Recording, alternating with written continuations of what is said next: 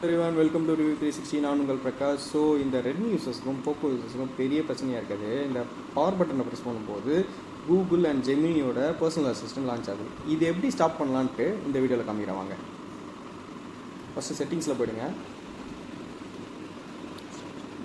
அதில் additional settings,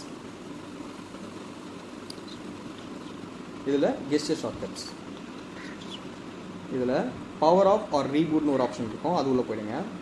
இதில் ரெண்டு ஆப்ஷன் காமிக்கும். ஃபஸ்ட்டு நீங்கள் வால்யூம் பட்டனையும் volume up button plus power button press பண்ணிங்கன்னா ஆஃப் பண்ணலான்னு காமிக்கும். அது உங்களுக்கு வேண்டாம் அப்படின்னா பேக் வந்துடுங்க.